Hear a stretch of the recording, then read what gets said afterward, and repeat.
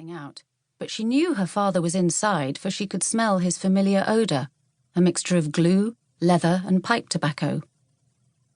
"Papa, whatever are you doing? It's pitch dark," she exclaimed. But even as she spoke, it struck her that he might have been knocked out by something falling on him. In panic, she rushed back across the shop to light the gas. Even before the flame rose enough to illuminate the glass mantle and bathe the shop in golden light, she was back at the storeroom. For a second or two, she thought she was seeing a large sack of leather in front of the storeroom window. But as the shop light grew brighter, she saw it was no sack, but her father. He was suspended from one of the hooks on the ceiling, with a rope around his neck. She screamed involuntarily and backed away in horror. His head was lolling to one side, eyes bulging, and his mouth was wide open in a silent scream. He looked like a hideous giant puppet. It was all too clear now what the sound they'd heard earlier had been.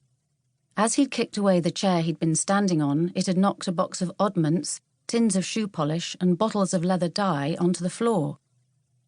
It was early May, and just a few hours ago Beth had been grumbling to herself as she walked to the library because her father wouldn't allow her to get a job.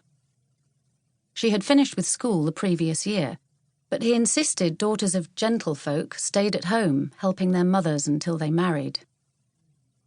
Sam, her brother and senior by 1 year, was also disgruntled because he was apprenticed to their father. What Sam wanted was to be a sailor, a stevedore, a welder, or to do almost any job where he could be outside in the fresh air and have the company of other lads. But Papa would point out the sign above the door saying Bolton and Son, boot and shoemaker, and he expected Sam to be just as proud now to be that son as he himself had been when his father had the sign made. Yet, however frustrating it was to have their lives planned out for them, both Beth and Sam understood their father's reasons. His parents had fled from Ireland to Liverpool in 1847 to escape slow starvation during the potato famine. For years they lived in a dank cellar in Maiden's Green, one of the many notorious squalid slum courts that abounded in the city. Frank, Sam and Beth's father, had been born there a year later, and his earliest recollections were of his father going from door to door in the better parts of Liverpool with his little cart to find shoes and boots to mend, and his mother going out each day to work as a washerwoman. By the time Frank was 7, he was helping both his parents by collecting and delivering boots for his father, or turning the handle of the mangle for his mother. It was impressed on him, even when he was hungry, cold and tired, that the only way out of poverty was to work hard until they had saved enough money to get a little cobbler's shop of their own.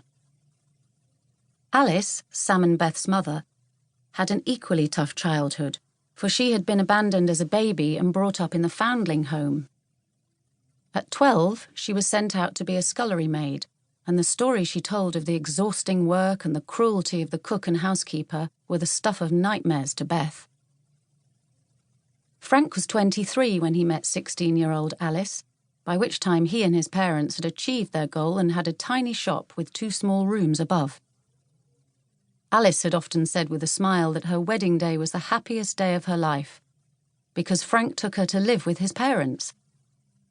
She still had to work just as hard, but she didn't mind that, for the purpose was to get even better premises where her father-in-law and husband could make shoes, instead of just repairing old ones. The hard work finally paid off and brought them here to Church Street, with 2 floors above the shop, where both Sam and Beth were born. Beth couldn't remember her grandmother, as she'd only been a baby when she died, but she had adored her grandfather, and it was he who taught her to play the fiddle. Since grandfather's death 5 years ago, Papa's shoemaking skills had become well known, and now he made shoes and boots for some of the wealthiest people in Liverpool. He still worked extremely hard, from first light until dusk, and most nights he fell asleep the moment he'd eaten his supper. But until tonight, Beth had always thought he was a very happy man. "What on earth's going on down there? I heard you scream," her mother called peevishly from the top of the stairs. "Is it a rat again?" Beth was brought up with a start. Appalled and terrified as she was, her instinct was to